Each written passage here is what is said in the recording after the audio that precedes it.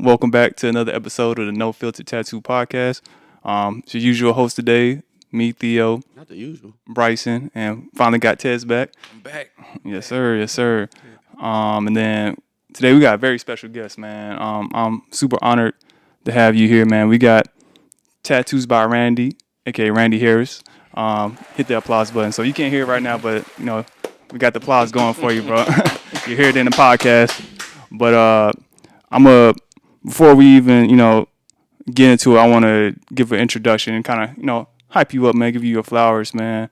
If the people listening don't know you, they need to know you, man. Like I said, you are one of the pioneers, true OGs in the Atlanta tattoo scene.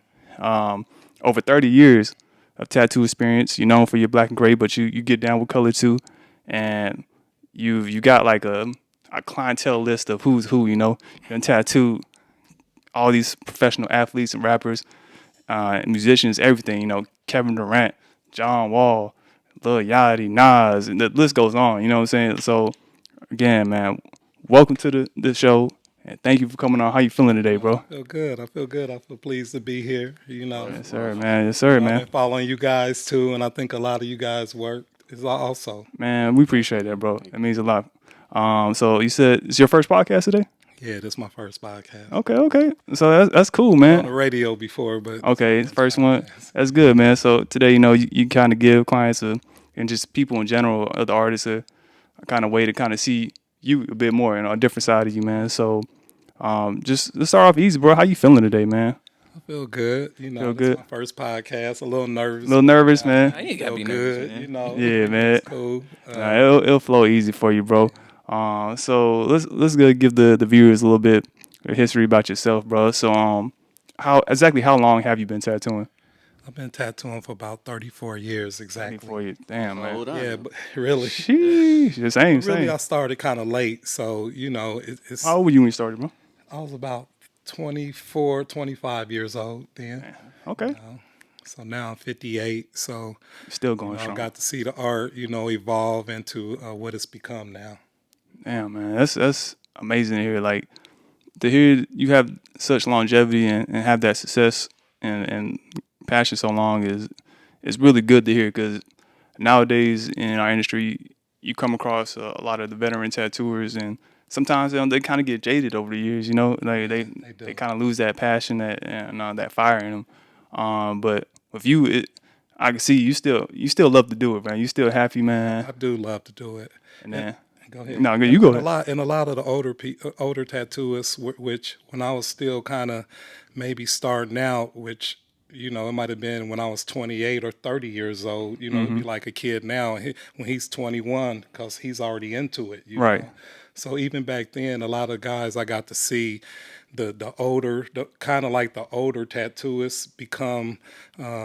As they got older, their hand might have got a little shaky. Right. They needed reader glasses. Like when I tattoo, I actually have to tattoo with readers. Okay. So when I see somebody tattooing younger and they don't need glasses and they're doing this detail, it kind of amazes me, because now I need readers, And I've literally seen where some of the really like the greatest artists that I really looked up to as they got older, it was sad because their work, it was so amazing when I got into tattooing, and I saw, a point where everything didn't seem as amazing, and then it became where I looked at it like, I kind of felt bad because I'm like, wow, man, I think I could actually do that now, but I always looked at these people before me with high respect, Right. and never looked at it like, wow, I'm as good as him now. Right. Yeah. And I think back then everybody kind of was like that. They always looked at the older guy before them like Do you feel like he kind of paved the way, you know what I mean? Yeah. Where, do you feel like that respect today is given from the younger? I really don't, I will agree, I really honestly. don't feel like that. But I don't blame the younger generation because they can't help how they came into what they came into. But, Yeah. a lot of people, I skimmed over and saw different people who've been on here. But a lot of the people who I've seen on here, they're kind of still younger. So they don't know what it's like to be the older generation. you know? Right.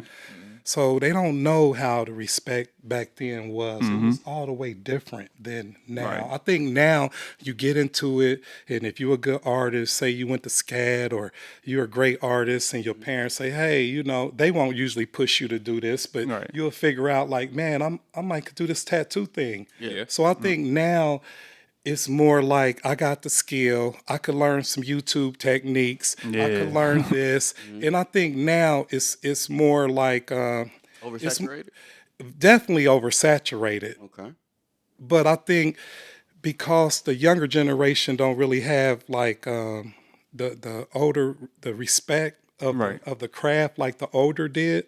It's both. rooted Look, morals. I'm like in both worlds. Right. So I could tell y'all like really old school and how all of them old schoolers think. Okay. Or I could think like, you know, I could water it down and be like, oh yeah, you know, and be a different way with it. You Right. know. But I kind of only know the older way, you know. Right. So for me to come on this podcast, it's usually younger people, and I skimmed through a couple of them, and I heard the answers, but it was kind of like, you know, sometimes it was kind of from a younger person because they're Exactly, yeah. younger and came up. But if that interview was back in the day, they would even come off kind of cocky. You know what I Gotcha. mean? Because now it's about me and my style and what I do and my what I style, won't for do. I won't do this, Right. and I don't do this. Yeah. Which you could be that if you're great at what you Right. do. If you only want to do portraits and you're that good, then you know do portraits. You know, but I see sometimes the younger artists they might put themselves in a bottle and say, well, I only do this or I only do this. And then when it gets slow, what you gonna do then? Right. Set What you themselves gonna up for do when failure. you get older and your hand's shaky and all the other people who everybody looked at like they were scratchers get good. Right. It's just an evolving thing. Exactly. You know, you guys right now, you at an age where you in your prime with this, where you don't have an issue with that. Y'all could go 20, 30 more years before you even think about these young guys like you guys come along and kind of take their business, so to say, you know. Yeah. Which by the end you got so much client built up, Right. you could just ride it like I do. I don't worry about other tattoo artists. Right. I mean, I used to for years, and it was just all about me being successful in the So competition. what changed that mindset over the know. years? Well, over the years, as you get older, you know you look at it like, well, I feel like I kind of like could just cruise and make it, and still, you know, I still had enthusiasm every day, you know, to go into the shop, you know, and I even pass it on to my daughter. I say, hey, you know, and it's things I've heard on you guys' podcast about, hey, I'd rather do this than go do what I used to do. Right. You Yeah, know, we appreciate it all the said, time. you know, my daughter, she never worked any other job. So it's great that she don't have to do what we did, because I've heard all you guys say you worked other jobs, but will she ever know how good she got it? You know, because I tell her, I hear in the tattoo shop in a day, 5 people will say, man, you're the greatest ever. You're, you know, but I told her, when you work a regular job, people might tell you once a year you do a good job, you know? Yeah. So That 25-cent raise. yeah, you know, or hey, y'all, we lucky that nobody's. Yeah, we were gonna lay people off, but if we all take a pay cut, y'all, we could, you Right. know, yeah, Gave you the holiday pay. So right, grateful. right. Yeah, man. But see, like perspectives like that is why I'm glad to have you on. Because, like you said, we did kind of have a lot of people in that, you know, tattooing maybe 10 years, 8 to 10 years, 12 years kind of range. But That's most of the people y'all Yeah. around too. You Yeah. know what I mean? That is most of the people you guys are. But but like you said, like I do feel like a lot of younger generation these days doesn't want to listen to their OGs and what they've been through, you know, because a lot of times, you know, you kind of get that. It's easy to get that ego, right? You get success, and then you're like, man, that's what y'all went through. That ain't gonna happen to me, you know. Yeah. But it's we all it's, heard our parents say they climbed over the mountain to go to school. right. And, you know, so I'm 58, and I heard the stories. Right, I was the person who was, Right. you know, looked at like I don't appreciate being able to have a school bus or my school being a mile away. You know, so I heard the hard stories, and you know, my mom is, you know, she's 89 years old and she's full Japanese. So the way my mom like told me stories of when she was in Japan. It was like more humbling, and she would always tell me things that always kept me humble like that, It's good to be grounded, man. My grandpa was. I was raised by my grandparents, and my grandpa, like, no lie, he almost got hung by the Ku Klux Klan. So he told me, like, all the struggles he had to go through. Yeah. The only thing that saved him, he was a school teacher. With that being said, man, so we had another episode, a few episodes back with Prof, and we talked about, like I said, dedication and longevity in his career, and that was good to have his perspective on it. But I feel like this would be a great way to kind of follow up, but to kind of get someone who's been in it, 3 times as long, and still successful and thriving, man. And so, like I said, I just want to pick your brain and kind of see what it takes to be, to end up being in your spot, down the line, because that's what we should all thrive for. If you're watching and you feel like, you've reached success and you're only 5-6 years in, like, nah, that's just the beginning of the race, man. It's a marathon. So shit, you got a long way to go. So what better way to learn about it than for someone who's actually done it? Yeah. So you was telling us you've been tattooing 34 years. Man, how hard was it, or just tell us about your experience of how you got started? Because these days, like you said, we can go on YouTube, right, and just learn. Yeah. So the way I got started was it was a guy who had a tattoo shop. It was in his house, but it must have been zone commercial, but it was kind of like a house tattoo. And back then, nobody I knew really like black did tattoos. Right. Everybody was just white who did tattoos. So I remember somebody said, and then at the time I was working for city transit. Okay. So driving buses or no, I worked in HR. Okay. I worked in the print shop, but it fell under human resources. Okay. So this guy said that he was teaching people how to tattoo, but it was more like it was really a guy. He did a lot of bikers.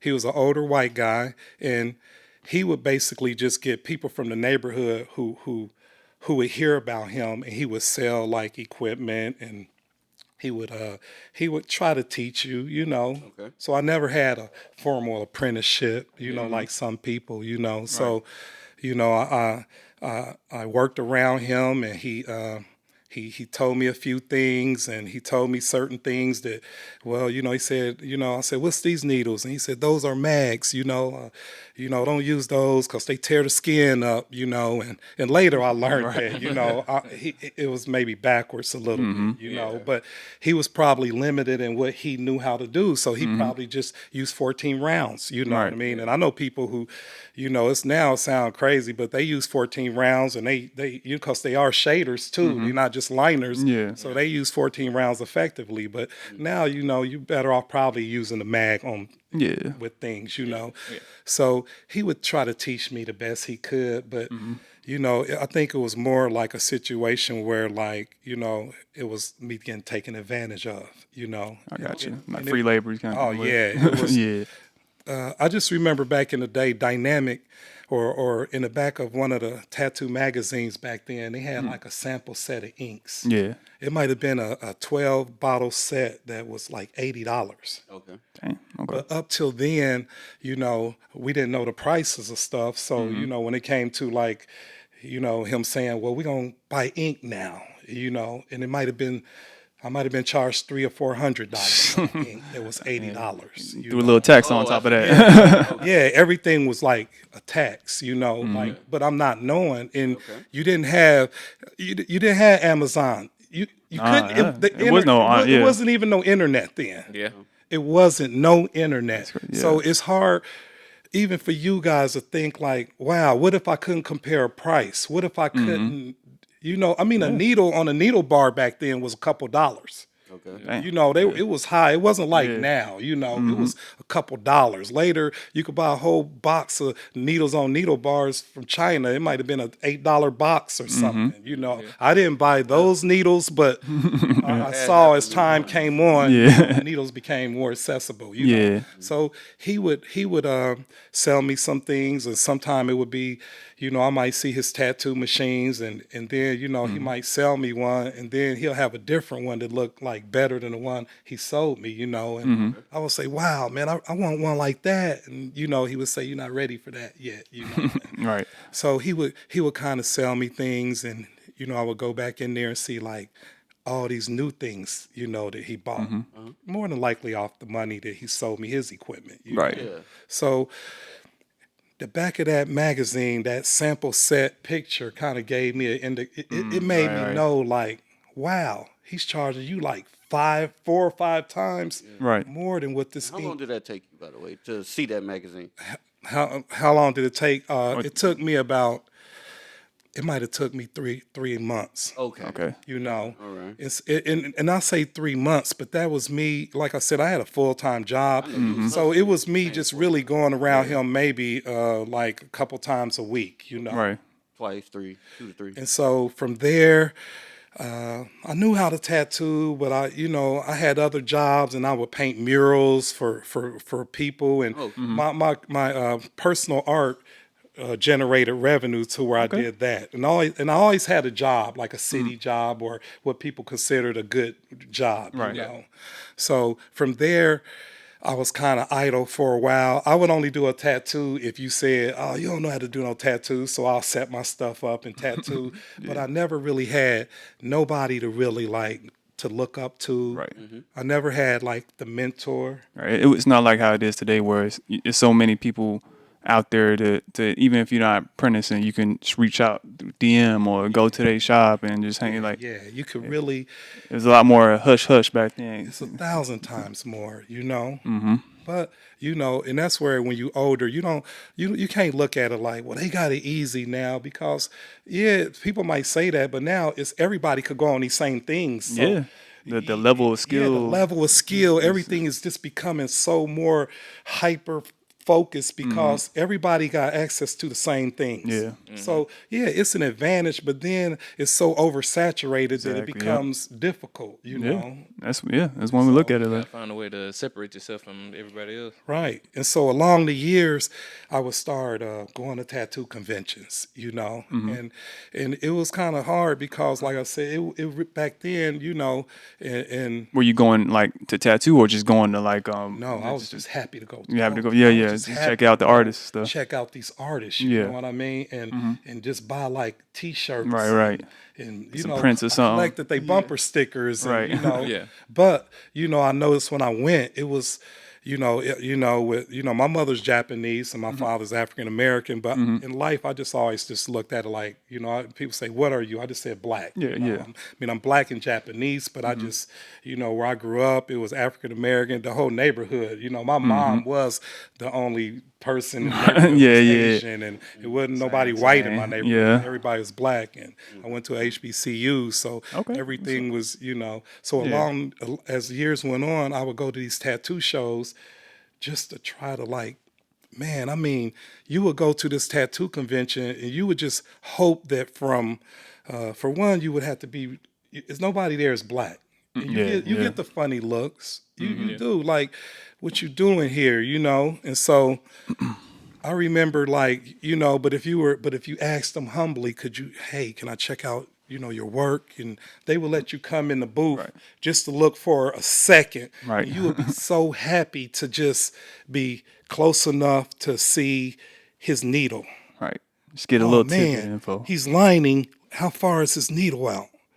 Something that now, if somebody didn't show you, or if you didn't have YouTube on, if I'm lining, and even sometimes me knowing certain things that I got good at watching YouTube, it's a lot of misinformation to me. Yeah. Oh, yeah. It's a lot of average information. And Yeah. a lot of it, and it's obvious when you're good at something, Yeah. you could kind of tell what level people are Right. on YouTube. Yeah. You know, you could tell that he's just regurgitating something he heard from him. Yeah. So I would go to these conventions and really try to figure out like the littlest littlest Yeah, things, those little like tricks. how far did he have his needle out when he was lining, or when he was shading, it looked like he did this. But back then, if you seen somebody packing color with a big mag, it just looked like they're just scribbling, like they're just doing whatever in the skin, Yeah. but they were really packing the color using Yeah. 23 mags or bigger mags, you know. So I would just go and try to pick up any little thing that I Right. could, you know, Yeah. along the way. And, Definitely. and I would get a bag and I would collect all the stickers and stickers that to this day, I got a collage of stickers from tattoo shows That's I dope. went to, 20 years ago, you know. So Man. it was like over the years, I just kind of learned, you know. Okay. So at what point did you ever work at another shop, or did you go into like opening your own shop, or like how did that transition work? No, then I moved to Atlanta in 2000. Okay. It was when the Super Bowl was here, and Oh yeah, that was a Ray Lewis Super Bowl, right? yeah, Yeah, I remember. Yeah. losing Yeah. And so when I moved here, I worked at a Kinko's and a Rooms to Go Furniture. Even though I knew how to tattoo, you know, I was Yeah, you had to starting get- fresh. yeah. And even Kinko's back home, I would have never worked at Kinko's, but I was starting over, you Yeah. know. So I Had to worked get at bills paid. Kinko's and I saw, and everybody I worked with were like really great. Like one guy maybe was in the music, another person in the real estate. So I worked around really good people when I worked there. But one day I saw an ad in a paper and I knew how to tattoo, but I wasn't like a professional to me. When I look back, I was just maybe good enough to maybe like working like a flea market shop or something, you know? Right. Yeah. So I saw an ad and I responded to it, and it was a tattoo shop downtown Atlanta Okay. in the underground. Oh yeah, yeah. So I took my portfolio down there, and it was like 10 people waiting to get tattooed, and I took my portfolio, and the guy he looked at it and he saw a portrait in there, or the people in the lobby started looking at the book, you know, and I didn't want to. You know, You come weren't trying to- there and- yeah, I don't want to look like I'm short stopping or Yeah, coming here yeah. trying to, you know, be Poaching, yeah. yeah. So the people started looking at the work and they were like, he does portraits, and I noticed that the guy had pictures posted, and maybe it was one portrait up there, you know. Okay. And so the people were amazed at the portrait. And so when the guy came out, he asked me about, you know, what kind of work I did, and he looked at my book, and he asked me to tattoo somebody on the spot. Yeah. He had a guy that was hanging around who had tattoos, and he said, tattoo this guy on the spot, you know. Right. And so I'm tattooing this guy, my hands shaking. Yeah. And I got the job. Mhm. So I worked this job. And you know, and now, just like now, you know, if somebody say, hey man, learn how to like do names, a lot of tattooists don't. Now it's cool to like know different scripts and fonts, you know. But back then, you know, nobody wanted to be the guy who did names, you know. So this shop I worked at, we would do names like all day. Oh yeah. We did names, we did praying hands, we did that Tupac cross hundreds Yeah. of times, you know, like that's all we did, you know. But when I look back, different people I've ever worked with, they weren't good at lettering Right. because they never had to do it. They never had to do it. And if it was a younger generation, they could just go on Procreate, or they just Right. went online, Photoshop you know. some So of the font. they never had to practice to be so good at it. You Right. know what I mean? You know, and if I came up in that era, I probably wouldn't have tried as hard because I would have just been able to. And sometimes some people who freehand letters, they need to go on Procreate and print. It's a place for the lettering, the font off the computer. Sometimes, you know. Yeah. So it worked, you know. But I would just try to get better as I was working there, and I might have worked there for 3 or 4 months. And the guy said, "Man, you're good. I'm gonna send you to my other shop," which was on Old National. Okay. So now I'm going to like a different area, and it was inside of a flea market. And when I walk in there, I could hear like people selling CDs, loud music, and it was about 4 tattoo artists, you know. And when I came there, it was a couple of the dudes were from Florida, and one of them I befriended. We became real good friends. He later worked for me when I opened the shop. So when I opened the shop, I knew that I wanted this guy who, when I came in the shop, he kind of he kind of mentored me, you know, Right. and his friend used mags. So now he's like, yeah, we'll teach you how to use mags, you know, this and that. So I might have picked up things from different people and I just kind of went from there, you know. And after I worked there for about 2 or 3 years, then I kind of just started doing them out of my house, Okay. you know. And so I would tattoo out of my house, but it was like I had all the equipment. Right. You got a by professional then, setup kind of yeah, back then. you know, and back then the only way I could even order the supplies was because the people I worked for had a relationship with a professional tattoo supplier. You couldn't go on Amazon and buy nothing. So everybody now who could get into this, they could go and have access to all kind of equipment that if you didn't have like a business card or a phone book ad, they weren't selling you supplies. You had to come like recommended from another professional artist before they would even sell you supplies. Right. So, you know, so at the house, you know, and I always knew it was a stigma attached to it. Not like now, because now everybody will say, well, I'm going to move downtown in the loft and I'm going to have a private office. Right. Yeah, whenever I hear that, I'm like, Everybody wants a private studio. everybody want a private. Yeah, some of these people is just, you know, I don't want to be on that level of like, you know. So I admire like this shop, this artwork, and seeing the dedication of the people around you who stay around you guys, because it mean a lot to see artists who want to be in this environment right here. You know. Yeah, for real, man. So I would tattoo out the house, and then I remember where I would drive all the way to Buckhead, and I would get all the tattoo magazines, you know. And I mean, back then it might have been like 10 different ones, some from the UK, and I would always just, you know. And then you could submit entries. You know, now I don't know how they do it now. I think you just send digital files, but back then to get in like skin art or skin and ink, you had to go get all these photos developed. You would have to have really good pictures, and you know they were real strict. You couldn't write on the back of the photo. You had to send it a certain What kind way. of cameras were you using back then? Just a point, just a little disposable? Not probably a disposal. Maybe sometimes, And I remember going to Eckers and having all these pictures developed, and I would try to submit these photos to these people. And I remember one time, you know, I went downtown to Buckhead to the bookstore, and I opened it up and saw one of my tattoos in one of these magazines. And so back then, it was like a big thing because I'm not even really working in a shop yet, and I'm starting to have like tattoos published in tattoo magazines, you know. That's crazy. And I remember one time in the back they would have, you know, it would be like Theo, you know, Golden Anchor with the address, you know. They actually put my address to my apartment, apartment address in the magazine.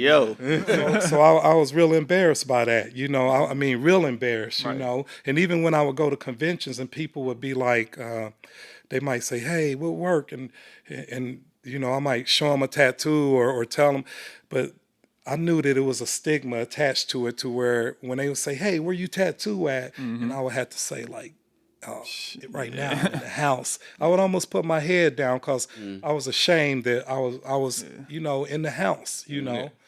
But like I would tell anybody young, you know, when they say, well, how long do you think you should wait before you open a tattoo shop? It was probably going to be your next question, you know. But I think it depends on your skill level.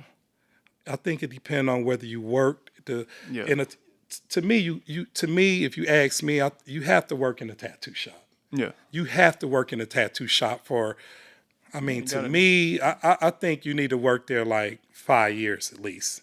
You know, I think a good amount of time for you open a tattoo shop.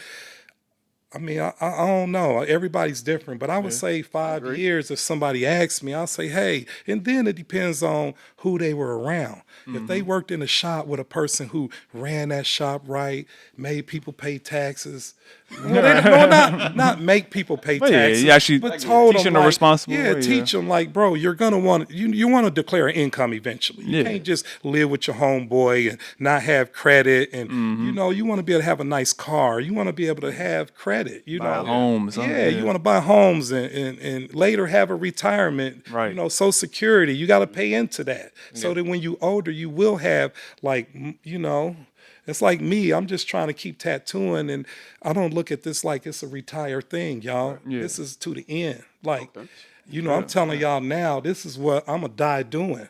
They're going to just say, today, Randy, he didn't make it in, bro. Like other older tattooists I know. Yeah. You know what I mean? It's a lifelong thing. So I hear people say, well, I'm dedicated to this. Yeah, but tell me that when you 58 like me. And say, I'm going the rest of these years all in on tattooing.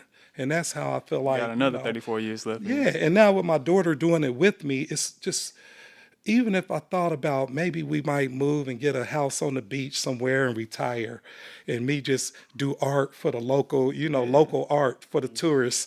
Now that whole motivation is different because now my daughter do it. So now I just want to live forever to keep doing it with her now, That's dope, man. I'd love to experience that with my son, man, down the line. So just seeing how you kept it in the family is real motivational. It's real cool because sure you don't see too many like generations of tattooing, right? Like going from one generation to the next, and then hopefully maybe even to the next one.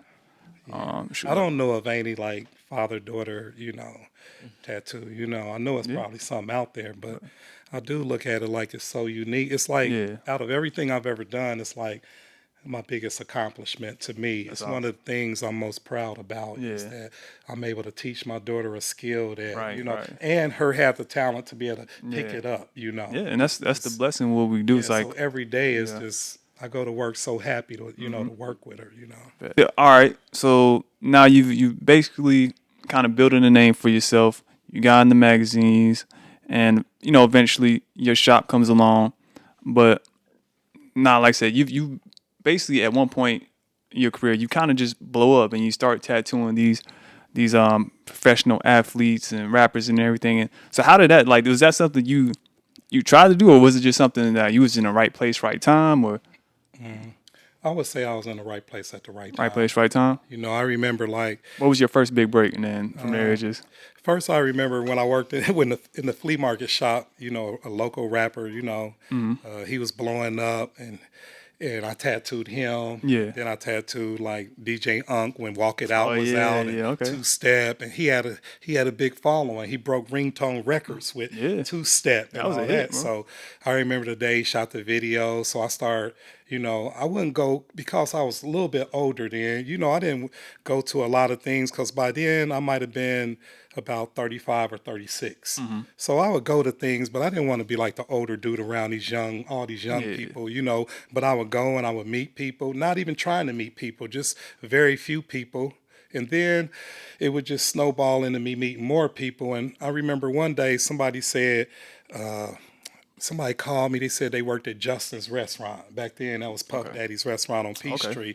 And somebody said, yo, like Bubba Chuck wants you to tattoo him, And I don't know, it must have just been somebody I tattooed. And this is where I'll tell people, you never know who that person who you did in the past could bring to you, Really? So they were like, yo, Bubba Chuck, which that's Allen Iverson, but only people who really know him refer to him as Bubba Chuck. Damn. So you got tattoo AI? Yeah. Wow. So they were like, yo, Bubba Chuck gonna come out there. And I was like, okay.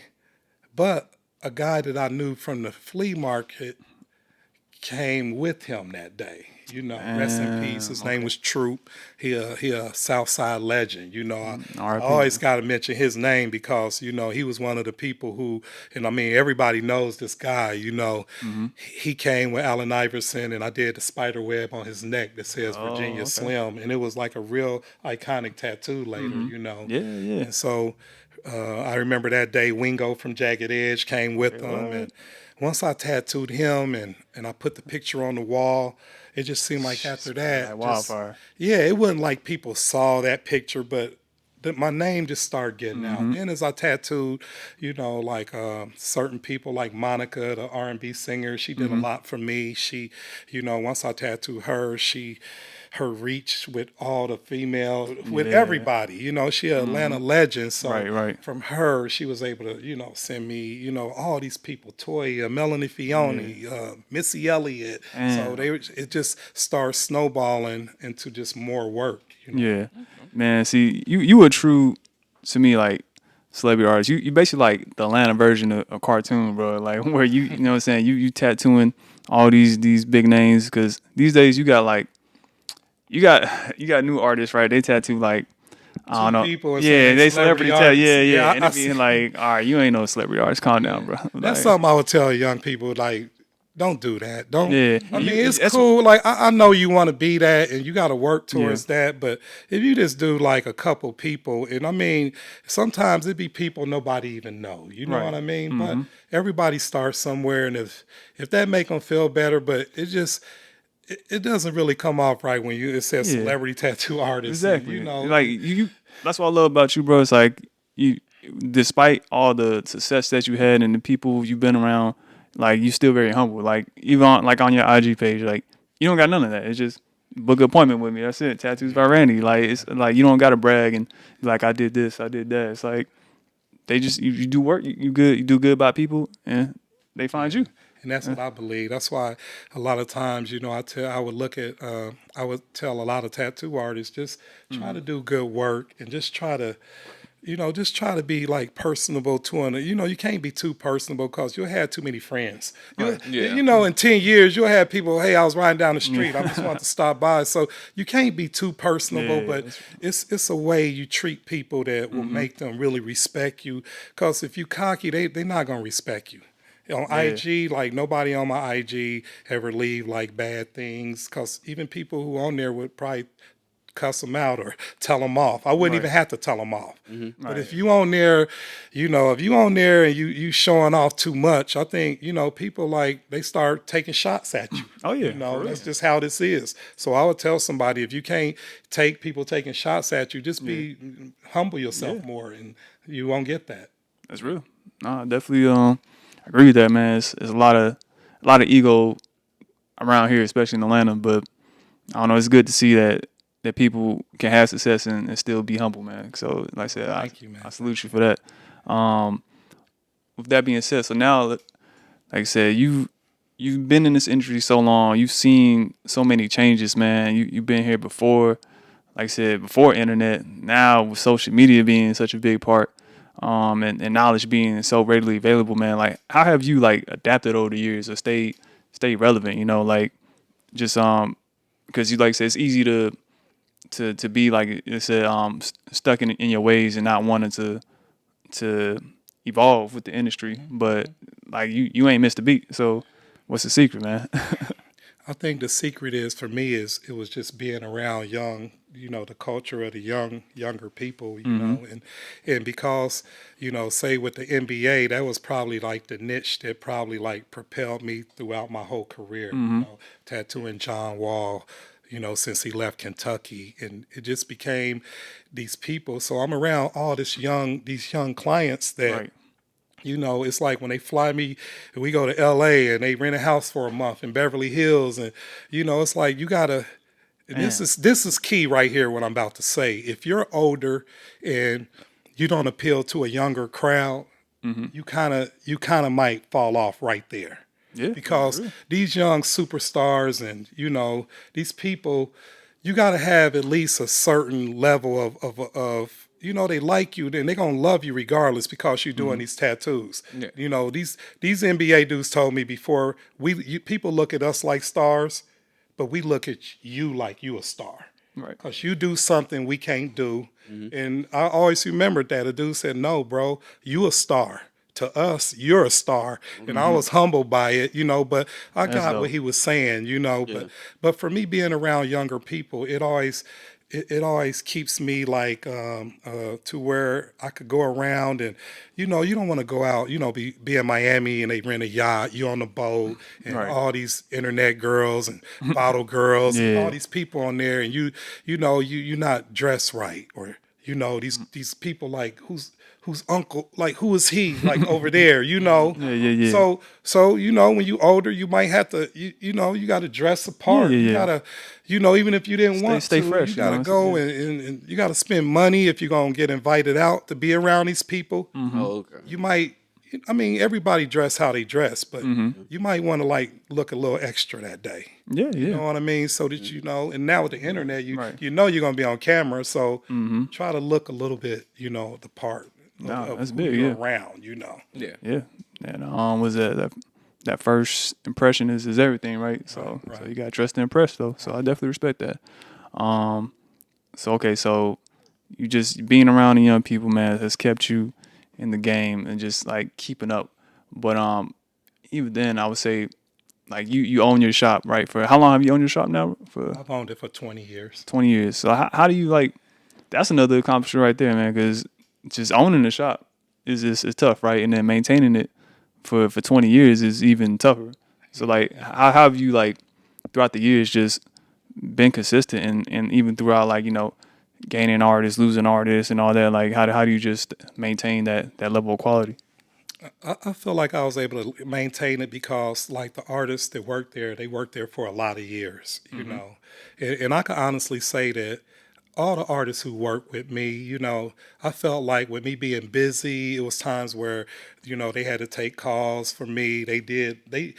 Everybody who worked there helped make me become who I became. Yeah, that's That true. flat out, just right off, you know. I mean, people might have agree. left my shop, and even if it wasn't all the way good terms, I respect everybody who left. I thank them for the years they worked with me, you know, and you know, because everybody, you know, I just believe that, you know, everybody got a time where they want to branch off. You know what I mean? Some people, hey, if it's good where you at and it's progressive, stay there, you know, and be a team. You know, I'm for that more than anything, you know, but I think I was able to keep it going because I had really good employees.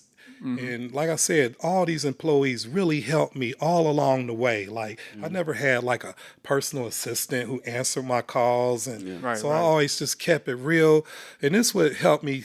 You know, Down to people earth, say yeah. you so humble, but it kept me humble because you know I was just in there, and I didn't have all these people doing things for me. You know, and even some of the opportunities that at one point I said, well, maybe I should get like a publicist or a manager who could get me gigs outside of this. But just off my relationship with the people I tattooed, I was able to morph into, Right. you know, doing a shoe with Nike, with Kevin Durant. And Yeah, I was able to do crazy. for EA Sports, the video game, tattoos in the video game, What? NBA Live. That's crazy. Yeah, it ain't all on the internet, Yeah, but that's you know, these crazy, are bro. things Yeah. that, you know, they used it for years, Yeah. you know. So I would say that the people who work with me and just, you know, being good to the customers, you know what I mean? Yeah. Just being good to the customers. Because like I said, in the end, you can have an ego, but people with it so saturated, they'll go to a lesser person. Yeah. That's like a barber shop. We know that real. guy in the first chair, he the man. But if he's not, you don't get that vibe from him, and you Right. can go to somebody who's 90%, who's only 10% less than him. Right. People will go to you, you know. And it's what I stressed in the beginning to my daughter, who, you know, she's like, maybe I'm in the beginning might not be good enough up to par yet. And I said, well, once you get up to par, your personality, people are going to like your personality. Yeah, that's You know, right. it's a lot of shops that got, you know, a guy who might be better than the other people, but everybody offers something. And everybody, you know, if you like anime, you go to the anime person. When people come in there for me to do anime, I tell them right off, I'm like, oh, she does anime, so go to her. Or like, you know, you know, I would tell them to go to him. Like, man, this guy I know, he's like so good at anime. I would literally do that, you know. Yeah. If you do graffiti, I'm not gonna do graffiti tattoo. I'll Right. do it, but I feel like I'm kind of like faking it. Yeah, You ain't your best effort, because yeah. you climb over bridges to do graffiti, and it's really your thing. You know, Right. Where it ain't my thing. Exactly. It would. I feel like I'm just stacking letters. I can mimic it, you Yeah, know, all that's a day great way to- long, yeah. but it's not real. So I would rather like the person who worked with me do the graffiti. Right. That's how we always do it. Yeah. Yeah, that's how a good shop should be, you know what I'm saying? Like everybody showing love and pushing what they passionate about to each other. But, you know, not every shop built like that, right? So what do you I know we kind of talked about it a little bit earlier, but I want to kind of go more in depth about like a lot of these new artists now want to go and get these private studios like real soon in their careers and stuff. Like, so how do you feel about that coming from your perspective, man? Because it's like you said, it's on one end like you can respect the growth, like if you feel like you're ready for that. Everywhere. But it's like you feel like it's oversaturated right now with the private. Yeah, I can say it is. yeah. I mean, Just like this, I can say it to the camera. Hey man, I can't pay your bills. Fuck it. yeah. It's like at the end of the day, like I said, how you feel. Like, I don't want to be the guy who's hating on someone for doing their thing, but at the same time, it's like No, it's valid because I mean, when you put together a shop like this shop you have, I mean, you work hard to have it. You know what I mean, and you can see where all of those things happening. It cuts into business. I mean, it'd be some lady whose nephew do tattoos. And Right. He got a loft and he live in the loft, but Yeah. now it's like some of my clients say they 15-year-old daughter. Oh man, she's good at braiding. So they'll say we set the garage up for her to do braids, and the girl 15 probably make $500-600 a day at 15 because she's doing these box braids or braids that the person my age can't do, and she went on YouTube and learned how to do it, and now she, so that lady my age who do hair. She kind of lose clients. It's like the hair ladies who used to do sew-ins. Then when the wigs and weaves came out, they kind of couldn't survive because imagine your whole career was sewing hair in, and now nobody do that. Yeah. It's like you kind of fall off a little. Yeah. No, that's real. But do you think kind of like that example, but even maybe like you said your age, but you were still adaptable though? Do you think it's more people won't do that as the average solution or something like that? I'm trying to Not adapting. Yeah, not adapting. What, as far as like in having a shop, like a loft or whatever? Oh no, you know how you used the example of the sew-in, but then you said people came with wigs. Oh yeah, they not it's like they're not adapting. But I mean, it's like some people who listen to this, their parent or their grandparent. It's like when they get a new cell phone, they don't even know how to work the new cell phone. And I'm kind of like that now. I am that person now. So they just they would like to, but I think the information and everything moves so fast that I think then when they do get onto that, it's another thing. So now you older chasing these younger people and this knowledge, and it's hard to keep up, man. And that's where after a while you just kind of just fall into, well, I'm just gonna do this, and you just kind of get not passed up, but you older too, so you just gotta kind of know that your better days are behind you. Like me. A lot of people who I look up to, some of these people passed away to where I'm like, wow, I didn't think about it, but I feel blessed every day to like do these tattoos. Like I'm still able to do it at a high level and still get flew out by people, and really like now I don't really like flying out. It's like that, I like being with my family. I like going home, and but. If I was younger, I would be more into the flying out and like tattoo conventions. So I like tattoo conventions, but after a while, it got so oversaturated also that it became more about. In the beginning, it was more about the artists and what they wanted, and we give them everything they need to have this convention. We making money off of it, and it was cool. But I think later it just became about let's get all these people to get booths. No matter what skill level they are, you couldn't. Now, don't get me wrong. You got to be, no matter what convention circuit, you got to be a certain level to be able to do it. Right. They are not going to just let anybody. But to me, over the years, it got so saturated. But it could just be the sign, one of these things that just going to change that, people saw you can make money, and it became more about them making money and let's do this whole circuit of conventions in all these cities, and then people in other cities who had tattoo shows like like say here in Atlanta, I know Tony Olivas at Sacred Heart, he always had the big convention. So now other people coming in on dates, and it started causing rifts, I think, with the convention circuit, In Atlanta now it's 2 conventions, you know. And then at first I think even when it was just one, they might have started making money where they were like, let's have one in the spring and one in the fall. Yeah. You know. It's So then definitely it monetized now. became a couple more people wanting to have conventions, and it just became like the old heads, you know, and the new people, you know, or the Atlanta people who has the shop, or the outside people who are coming in to make money, you know. Right. And now, don't get me wrong, they'll have the contest, and you know you got to pay to enter the contest, $20. So they're even making money off you entering the contest. Oh yeah, they make So money. you know, I done been to conventions where it's 200 people in line, and you sitting there looking at your tattoo, and you sitting there looking at these people line. You see what your tattoo is about to go up against, you know. But when you they go done to a made so much convention money and off you're young, of these that's what contests. give you that inspiration to be better. Right. Yeah. Because you'll go to that convention and you'll either do good or you'll kind of get humbled. But even if you get humbled, you get to go back to the shop and You got that fire. yeah, you got that fire in Yes, you, sir. and it always it keeps you like lets you know what you need to work on. You know, Yeah. That's why you should always do it, man. Like you said, it's good to go outside and see what everybody else is doing. Like I said, to keep up and stay going hard. right? I've looked at your work and it inspired me. You know, like hey man, this dude doing clean work. You know, Appreciate so it, man. you know I get inspiration from a lot of people. You know, and looking at their work. You know. Definitely, man. Same here, bro. I want to go back to an earlier point you had made. It was you saying like how you don't want to fly out that often anymore to tattoo celebrities or people who you just know over the years. So nowadays, I'm assuming like you get them to come to the shop or Oh, how I still fly out. to fly. Okay. And that's the thing, you know. And as you get older, like you know, you kind of got to go with the wave. You know, you could sit there and you know say, well, I don't like doing this, and eventually them calls stop. You know what I mean? Yeah. So now, I mean, it's certain people that you know I just like being around, and it just breaks up the monotony. I think it's good if somebody could every now and then. I don't think if you got an employee, they should sit here and talk about this guy want to fly me to here. He DM me. You know, I tell people be leery of some of these people. Oh yeah.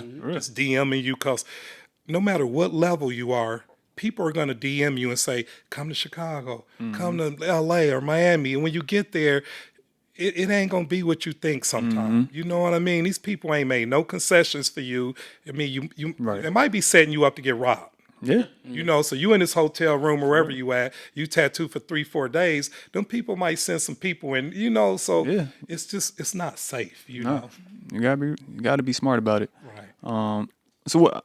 I guess quick, like since you've been, you know, in your location for so long, how do you feel about like certain artists thinking you need to be like in a certain place to attract those kind of clients, that like the big names that you got, like, because like I said, you're not a person that's just like out there, you know what I'm saying? Like I'm out here, LA, New York, you know, being like living a lifestyle, right? You know what I'm saying? You're a very laid back, chill dude. So it's like they find you. So do you feel like that's most important? Like if you got the skill, you got the reputation, they're gonna find you, no matter where you at. I think you always got to leave it open for both, but I think that people got to know, and you always got to set parameters when they fly you out. It's just going to be a way different cost associated with it. Yeah. Oh yeah. You know, I don't know if it's 3 times more or 4 times more, and it's hard for me to gauge because the clients were so high end that you know it was times where I never even like set a price. You know, they just gave me some money. You know, so Damn. it was like out of respect. They kind of, and these people who had tattoos, so they could kind of figure. You know, I gave this guy $3,000 to do this tattoo. So some of them would just, you know. But I think you need to always like keep, because you flying out always makes you look a little bit bigger than the other guy who's not. Right. You know what I mean? The way it is now, you flying out is going to help you look like, you know, you're a bigger time tattoo artist. You know what I mean? And a lot of times you could gauge your success on how often do these people want to fly me out, or do they come in town? But a lot of times I prefer people come in town. Right. Because you know, you got you know where to reach for the ink, and you Right. table. You're comfortable in I'm your left-handed, so Okay, you know so- everything got to be set up a certain way. You know, and it's always, and I'll tell any artist, when you go on the road and you do work, if you could do good as work as you do at the shop on the road, you kind of know that you're getting good, you're getting better at adapting to it, because when you first go on the road and you don't have everything you're used to, You're gonna forget something. you Right. forget that chord. Yep. I've had the Delta Dash things where it couldn't even do an overnight. It had to be on the next plane that came. Yeah, if you ever forget something, you have to use Delta Dash. It might cost you $200 or $300 to get that cord, Dang. and that's what when you packing that stuff. It's what make you become like really, Right. detail oriented. Yeah, detail right. It'll really make you become that. Because if you forget something, that whole day you can't tattoo. And you don't think that you're in LA gonna go to one of those LA tattoo shops and say, "Hey, let me borrow some stencil paper." They gonna look at you crazy. Like, no, I've had it happen. Yeah. I was in Houston. And I already know that the tattoo artists in Houston, they probably feel away. They see me tattooing these Rockets or these football players, and you need ink or you need stencil paper. I mean, they'll do it maybe, but they looking at you like, you coming in our city taking our work. I want to tattoo that dude. Right. Yeah. Nah, that's crazy, man. So I know we were talking about adapting earlier. Quick question. So have you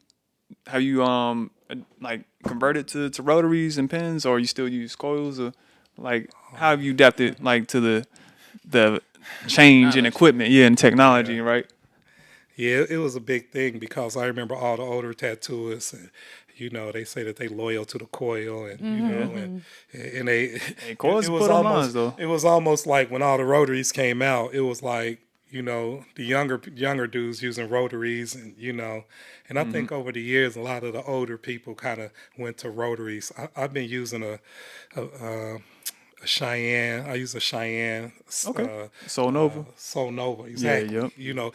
I mean, I always use Cheyenne, the regular pins at first. You know what I mean? And then if it go bad, I send it to Cheyenne. They refurbish it. So at one point I sent them 3 pins, and they sent me it in every different color. Always reminded me of like where I was at. Like that's when I used the red Cheyenne pin, or that's when I used the gold one. And so once I got when I first got the Soul Nova, I thought it ran too slow. It runs way slower than the other Cheyenne pins, But what I noticed is for black and gray, for portrait, when it needed to be ran like slower speeds, it was better than the regular pen. The regular pen doesn't go slow enough to me when I really need like certain blends, where the Soul Nova, it does, Yeah. No, it does have that nice soft hit to it. So that's cool. That's cool that you. And that's the little short one, not the one with the battery. Yeah, it's like the short, wide, that's the one I use. wider one. Yeah. Really, you use that too? I say 34 years in the game. How's your body feeling? Like, you feeling good? Like you said, a lot of times, that carpal tunnel sneaks up, back, neck injuries, man. Like, you seem like you doing good to me. So like, what do you do, man? Yeah, I feel real like blessed that I haven't had like back problems.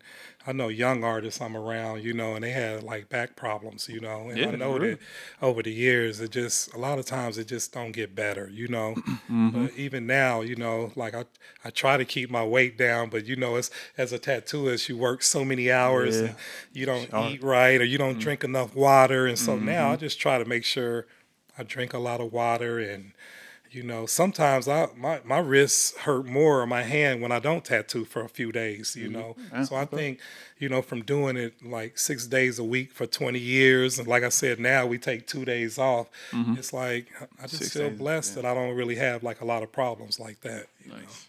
Damn, so 6 days a week, 20 years. Like 20 years. Like, what do you feel about like artists' work ethic these days? When you feel like they work enough, man, or what? Because how'd you manage that for so long? And that's the thing. Like, that's the thing that I always.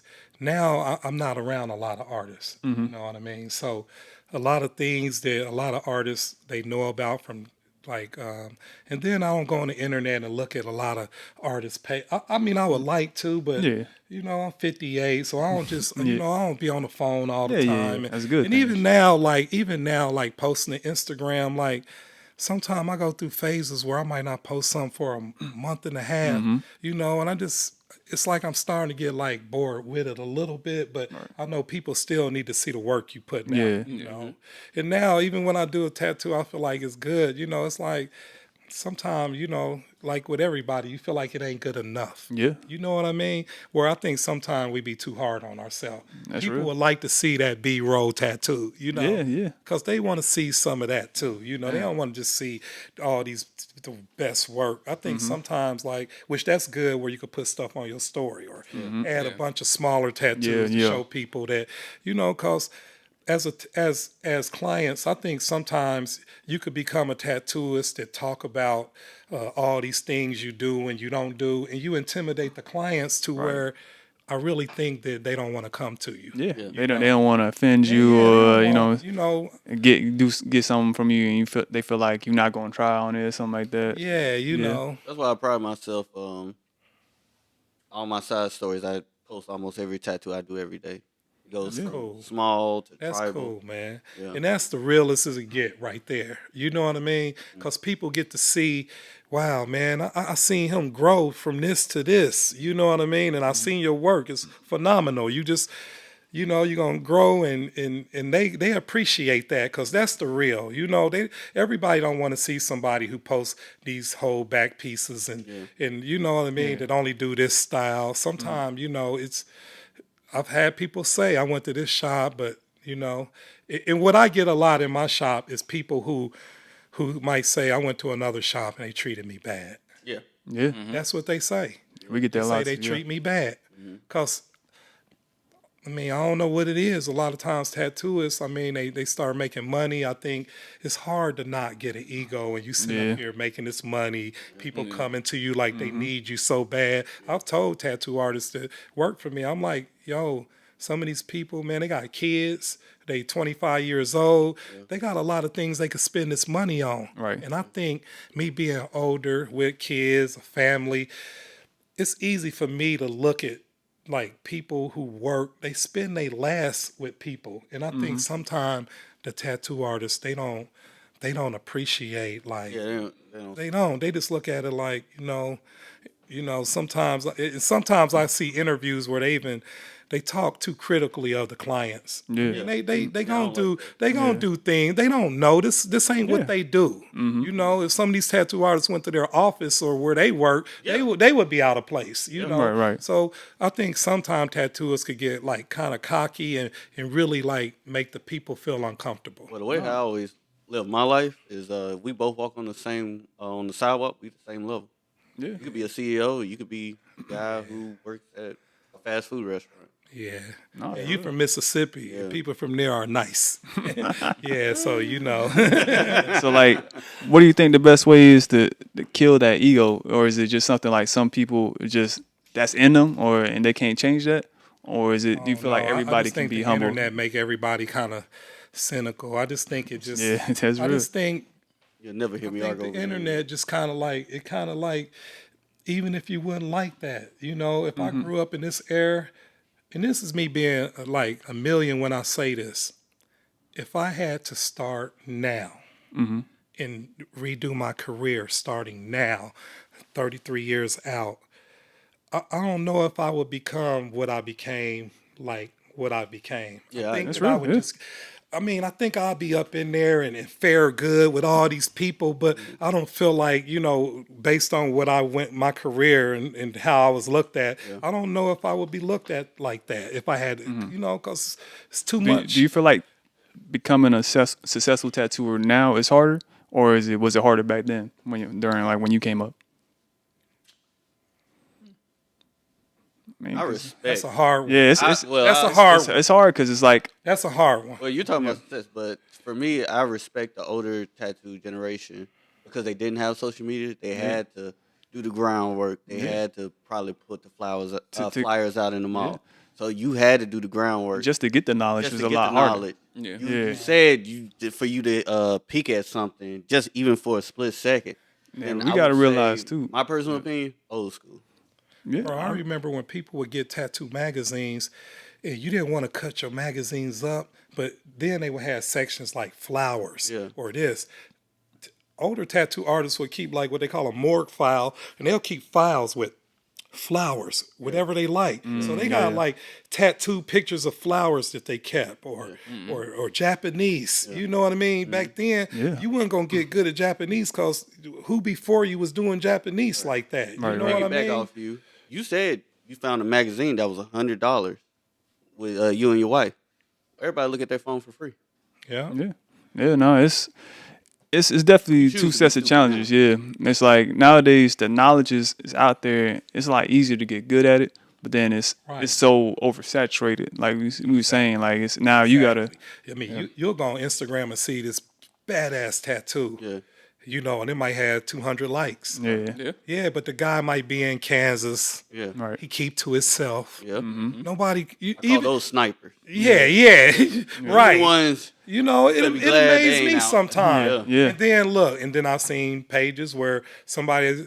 That's why I'll tell people, don't go off. Just do what you could do. Don't worry about the followers. Yeah. Because I see people with 100,000 followers. All they got is lips. They done did some lips, or they did a girl. You know, her butt and had her all her stuff showing, and just had one little tattoo of some lipstick. You know, so Social media advertising. yeah, you know. So, but I guess with them, you know, the way they work that, I don't know if they bought likes or followers, but hey, not everything real on the internet. But then, then like you said, some people just don't know. Like the tattoo industry, even for me being in here for 3 years, it's still a mystery. Like to a regular person, like when I got introduced to Theo, like some of the stuff I was overthinking, and then once I really was in the industry, I was like, oh yeah, everything's pretty just smooth. Yeah, but you're around somebody who's smooth like that. I mean, I meet a lot of people. You know what I mean? I come across, I've probably met him before, but more so it's me looking at, and like I said, I don't even look at people, but I always, from seeing him, I always saw that he was humble. He did good work. He work over here, and they keep a staff of people. That it means a lot. To be able to keep a staff of people means a lot. That's one of the biggest things with owning a shop. It's one of the hardest things. Like a lot of people don't understand. Like I said, it's easy to get the money. And all of us can make enough money to open a shop, but to get a staff and keep it and keep everybody happy is like it's tough, especially in this day and age where it's like, you know, everybody, you know, there's so many people ready to go and open up a private studio because a lot of selfishness. So it's a lot of it. Like I said, honestly, comes down to just having the right people around. You know what I'm saying? Like it's like just having people who got the same mindset. The right people around you. But how you are as a owner and as a leader will reflect in your staff too. I feel like too in some way. So if you were a selfish owner, or you know you won't really care about the well-being of your artists, it'll eventually come back to bite you in the ass, like happened in a lot of these shops, you know, that once were big shops and shit fell apart, you know. I believe that law of attraction thing is real. What you put out there is what you get. So. I believe that too. Especially me working, like I didn't start until I was 30, and I already had the work experience, and just like you said, you had that toxic management. All the employees be like, I don't give a damn about this job. Right. You have a toxic environment in the tattoo shop. I don't give a damn about this job. See, even just like me, I started later where I had already worked jobs to where I knew what it took to, like, you know, to learn this. I got to chill, you know. And even now, like, I do other things like make sneakers and but I go at everything that I try to learn. I go at it like how I got into tattooing. So if we all make sneakers, or you know, I learned from a dude in LA, the shoe surgeon, really known like shoemaker, you know. But when I went there in 2017, I went in there like, you know, like I was 18 going to college, you know. And I even put in my head that I'm not going to expect to be good for 10 years. Right. You know. So I look at it just like how I got into tattooing, like, you got to work your way up. You know, you got you know, you got to do this first. You can't Yeah. just want to do this. Ain't You nothing know, handed to you, and man. that, and me always using tattooing, my career tattooing as a base for anything else I get into. It always make me stay humble and always Yeah. look at everybody who I learned from around me like they are who made me. I like how you know? said that too. Yeah, I look at that. Yeah, nah, that's real, man. Shit, From the ground up.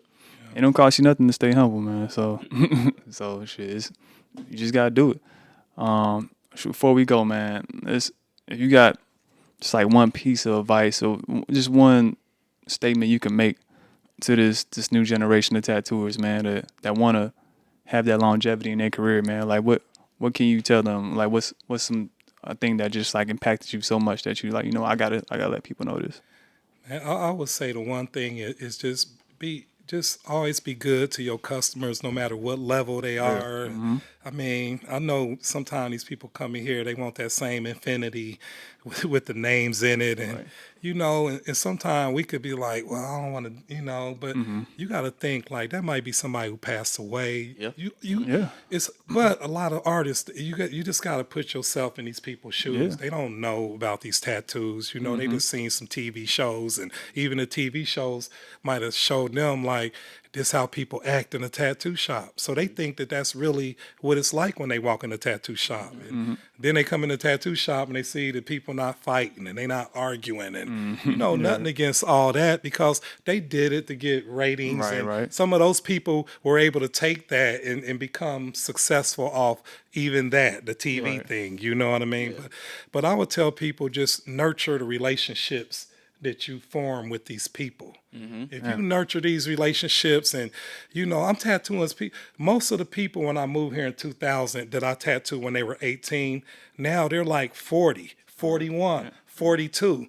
They're bringing me their kids now. Yeah. So imagine when you bring your kid to me, how now I feel like I got to nurture this person. Yeah. And then they come to me and they ask me for advice. I'm going to college and they see all these celebrities on the wall who they look up to, Jamal Crawford and, and Carmelo Anthony, Thanks, so man.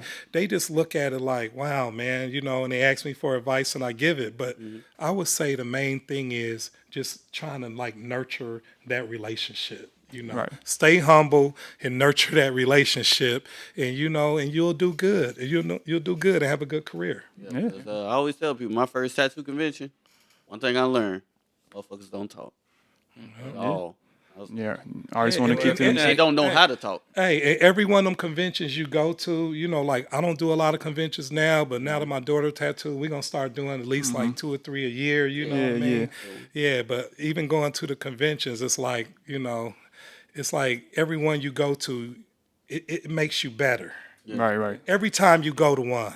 So if you got to spend the money and go just experience it, if they accept you, go out there to where you working with these people and you form a relationship with these people. Next thing you know, y'all talking about, hey, I'm going to go to Philly to that show or the DC show, So I think, just treat your clients right and have if you can have a good relationship with a couple other tattoo artists. Right. And in closing, I could say that I was always so busy that I just kind of like worked and I didn't get out. I didn't do these tattoo artist art shows. I just kind of just tunnel vision, just grinded it all the way out. Yeah. Do you regret just having that tunnel vision, or you feel like No, I don't regret it not one Good, bit. because I'm like, I don't regret it one bit. I don't. You know what I mean? About to see what this answer about to be. Yeah, 'cause I because got you're not going to always be like, a lot of people not going, as and like they say, like as you get successful, it does get, the friends, things, the relationships, they start falling off a little. You'll notice that, as you get better, everybody's not happy. When you're trying and you start off, it's like when somebody open up a restaurant or whatever. The first month it's booming. right. Yeah, because everybody just want to come see what's going on. Right. But after that, like, what about next year, 2 years from now? Yeah. It just kind of die off, Yeah, but I would just say stay humble and form. If you could do athletes, then look at that kid who in college who come to you. Right. And just He look can make at it to every the- one yeah. of these athletes like he might make it to the league. Oh, that's how I look at Yeah, it. or look, if he play overseas, he's still a professional basketball Yeah. player. Yeah.